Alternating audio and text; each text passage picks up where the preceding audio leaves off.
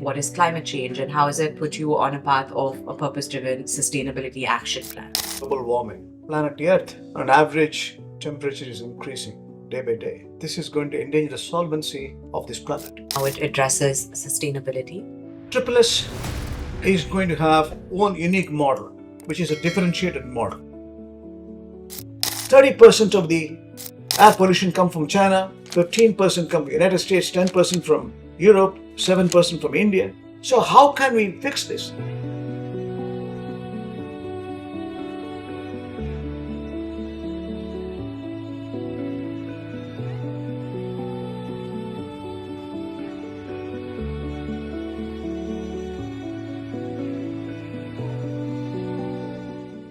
Hello and welcome to the Green Generation podcast. This is a podcast for you. I am Shruti Seetharaman, a digital content creator, and with me I have here Dr. Seetharaman, a green banker. We're just going to dive into the little bit of, the values, the basics of, a green generation. So can you start off with what is climate change and how has it put you on a path of a purpose-driven sustainability action plan? Thank you, Shruti. Global warming. Planet Earth, on average, temperature is increasing day by day. This is going to endanger the solvency of this planet. Rising sea level, increasing temperature, heat waves, storm, bushfires are all creating extraordinary discomfort for the humanity. Bioreserves are getting damaged. Animal extinctions are taking place. So, this is the agenda for global policy makers. That's why sustainable value creation, sustainable development agenda, United Nations has spelled out. It has got economic implications, environmental implications, social implications. Humanity is a centerpiece. They are at stake. So this is the defining moment for us to recognize this serious solvency of this planet. That's being questioned. So climate change is the changing weather patterns. It has got wider impact in terms of humanity. And that's why this has got to be addressed at this point. So tell me, what does legacy mean to you?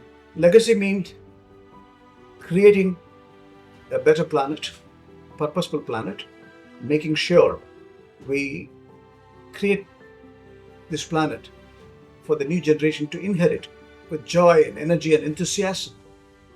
We don't want people to survive. We want people to thrive with happiness, enjoying this beautiful nature. Mother Earth is so beautiful. I want this planet to be more purposeful, value-driven. And that's what I think is an important legacy I want to create. There are policymakers, there are visionaries who have given enormous amount of prime knowledge for us to endure the sustenance of this planet with a purpose. I'm sure it's inspired by somebody or something. So can you tell us what is your biggest inspiration on this journey? My inspiration, I come from a village background. My birthplace was Tanjore in Tamil Nadu, South India and India. I have seen nature. I used to live in the banks of Kaveri,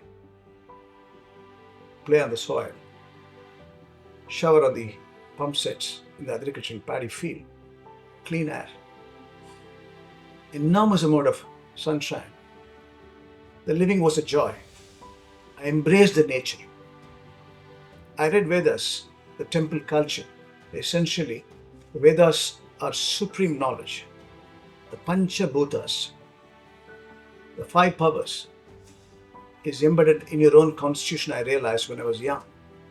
When the Vedic culture was centering my way of living. I visited temples. I recognized Swakarma, Swadharma are integral. So the inspiration is from my environment. I believed in the environment. Vivekananda was the major inspiring personality for me.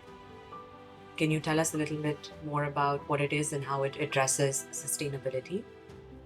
Triple S is going to have its own unique model, which is a differentiated model.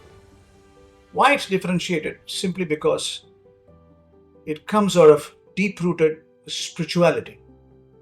Spiritual augmentation was the culmination for environmental adoption within me personally. The Vedas, the supreme knowledge, the Upanishad, the explanation of the Vedas, and the allied contribution in terms of karma, whether reincarnation or liberation, is going to play its role in sustenance or not. The enduring planet should have its purpose, and the purpose is to create better world. And that's where my first commitment is to spiritual augmentation and be ethical and moral. Then, as a science, I want to make sure it has got economic spheres without greenwashing, with ethical and moral responsibility. That's why I focus on green banking when it comes to my own profession, banking. When it comes to the commitment, innovation, technology are interconnected, and we should be inclusive in our way forward. Sustainability talks about global prosperity, gender equality, reducing the income inequality, making sure you have poverty elimination, zero hunger. The rest of the components, industry or innovation or infrastructure, are interconnected. So the interconnected I want to bring in by this mission. We also want to make sure peace and happiness are embedded into the frame. You will not have peace and happiness unless it comes from within. Now that you said everything is internal, I'm guessing one of the S from the Triple S is maybe Sitaraman, but can you tell us what Triple S stands for and maybe what inspired you to start Triple S? Triple S is a school of sustainability. Sustainable value creation, if you have factored into every walk of life, whether you are an individual or institution, countries or corporate or continent or planet as a whole, sustainability is the name of the game. If you aim at sustainable value creation, it is not short term, it's long term thinking. There's a beautiful saying: if you aim at short term, you cultivate flowers. If you aim at medium term, you cultivate trees. If you aim at eternity, you build humanity. Okay. And how would you describe sustainability outside of environmental terms? Sustainability does not mean environment alone. Let's recognize the economic implication of sustainability. It's not economics. In my dictionary, it is economics, convergence of ecology. Take, for example, any country. Change in weather patterns can impact the agricultural productivity, food security, poverty. Poverty elevation is not possible without recognizing these are interconnected. Global warming, climate change have got consequential impact in terms of food security, productivity, and making sure you eliminate poverty, zero hunger. That's what, if you aim at, then you need to build initiatives which are responsive. So that is precisely the interconnectedness I'm talking about. So value creation is not confined to only environment. It can have consequential impact in rest of the developmental goals. If look at the bioreserves which are getting destroyed. Look at Mohenjo-daro. So there are enough reasons to believe that human activity has created enormous amount of pressure in the planet Earth. At least we have to undo that and redo this planet for betterment for our children and grandchildren. That's the focus. Today, if you look at the segment of industrialized nation, 30% of the air pollution come from China, 15% come from the United States, 10% from Europe, 7% from India. So developed world and developing world have their contribution for this air pollution. But it is marginalizing the developing world or even some part of the small islands. So how can we fix this? There's a tremendous amount of challenge to recognize here. It's not confined to the environment alone. for betterment of this planet, we have to create green economies. And with so much depth in your vision, I'm going to ask you, how would you sort of concise your vision in one sentence for Sitaraman School of Sustainability? Sitaraman School of Sustainability will be the center of excellence, which will propagate the purposeful green mission to protect and inherit this planet for betterment of our children, future generation in specific terms. You have to recognize constant regeneration, regenerative world we need. That's what the circular world is all about. Recycling, reusing it, reducing the carbon emission when we talk about. So when you do that, regenerative mission when you have, productivity become purposeful. That's what the purpose of our cosmic system is all about. We as human being, as a molecule in the celestial power, we are also having the same 5 powers like Mother Earth. So if we embrace the nature, you have synchronized living, your happiness and prosperity is guaranteed. This message has to go from Triple S. How will the Triple S students stand out? If I visualize, Triple S students should stand out as thinking global, social justice. Individual become institutions. These students will become institutions by character and commitment. They have a principle-centered values. If they run a corporate or the policymakers or if they are NGOs, they will institutionalize a culture which is, if they are connected with global universal missions, they will be standing out as leaders of par excellence. So they will stand out because they have the purpose behind their life, and that's what exactly we should create. Everything is purposeful in God's creation. That's why we need to regenerate the world with a better purpose.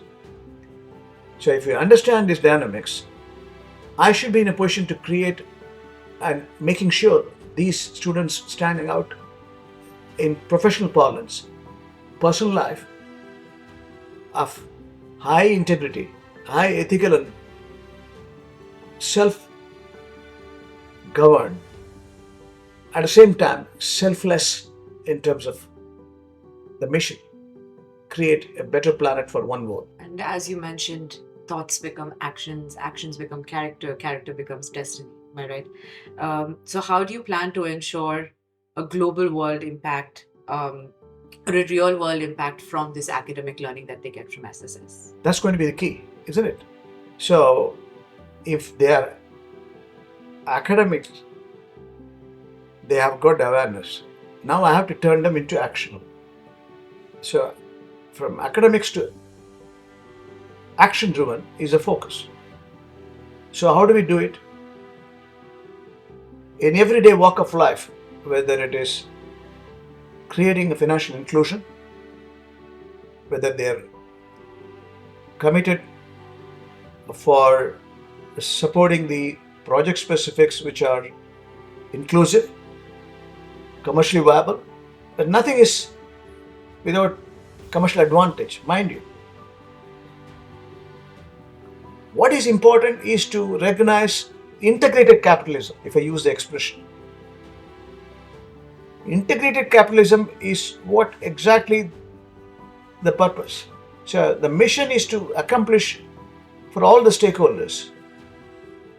The value-driven culture will change and they will become more productive on the whichever be the walk of life they are engaged in.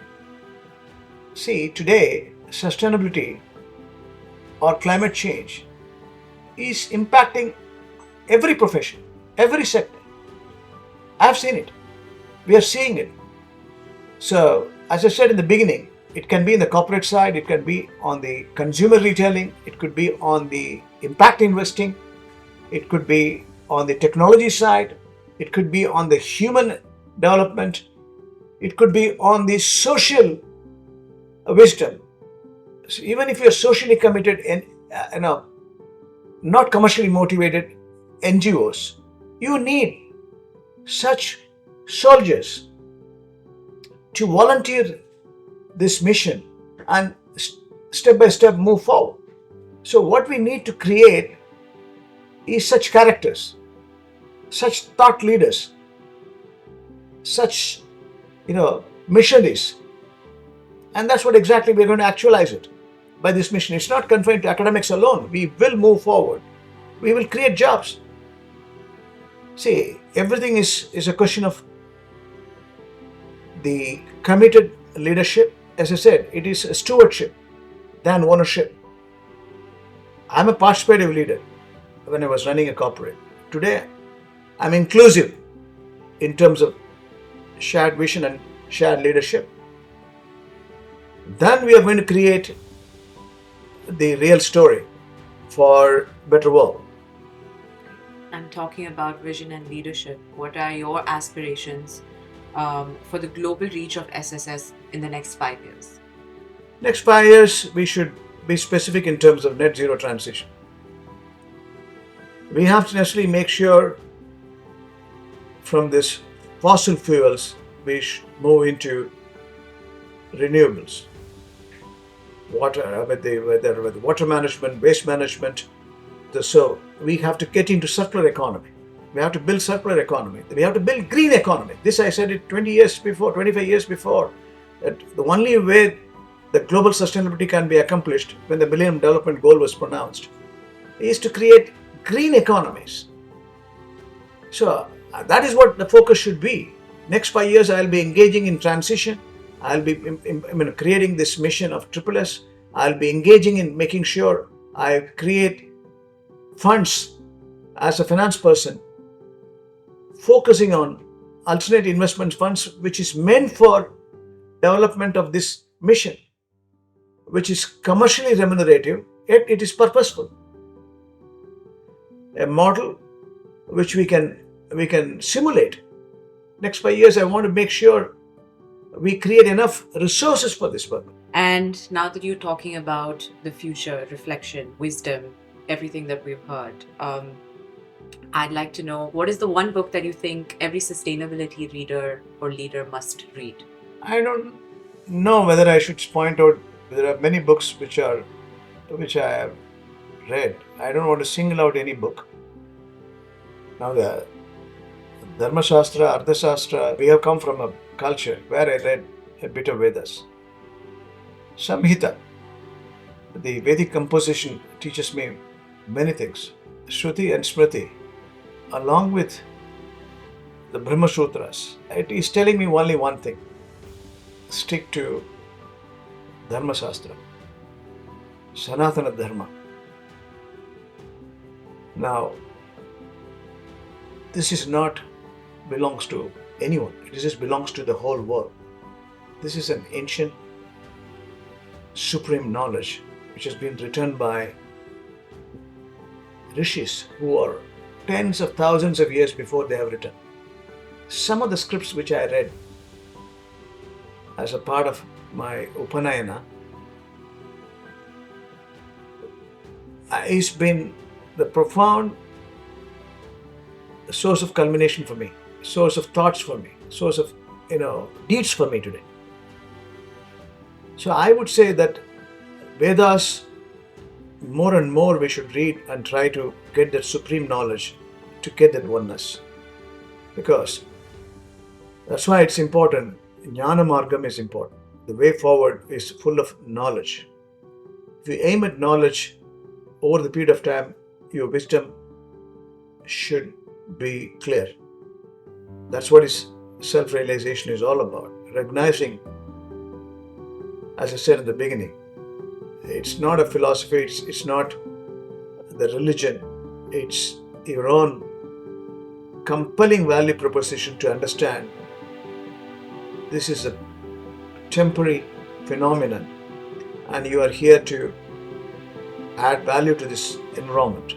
And that's the only thing you can do. That's the only thing you can do if you understand the deep dive of inner self, the Atma, the soul. So that's what keeps me going. So if you ask me any one book, it is Veda. So, what I want to ask you is, with all the accolades and roles, what has truly kept you grounded? What is truly kept? If you understand, you are not a body, you are not a mind, you are only the soul. So how can you be taking credit for anything? If my composition is not me, it's a culmination of my parents. So I have to accept my parents as my prime God. So I worship them. Then comes the gurus, then the respective religious God, whoever it is. So all this is giving me one thing, that your job is to make sure that you are purposeful and disciplined. Everything is given to you. The happiness will come to you. The material comforts will come to you. Everything is interconnected if you recognize that you are the soul. Every faith says the same thing. There's no disparity in that. So every religion says the same thing. So why should we be? I can have professional pride. There's no need for ego. Right? So there is nothing I conquered, nothing I have achieved, except I am a tool to it. And I should only do my best thought leadership in every engagement. The rest, it will happen on its own. Like Newton said, every action has got equal opposite reaction.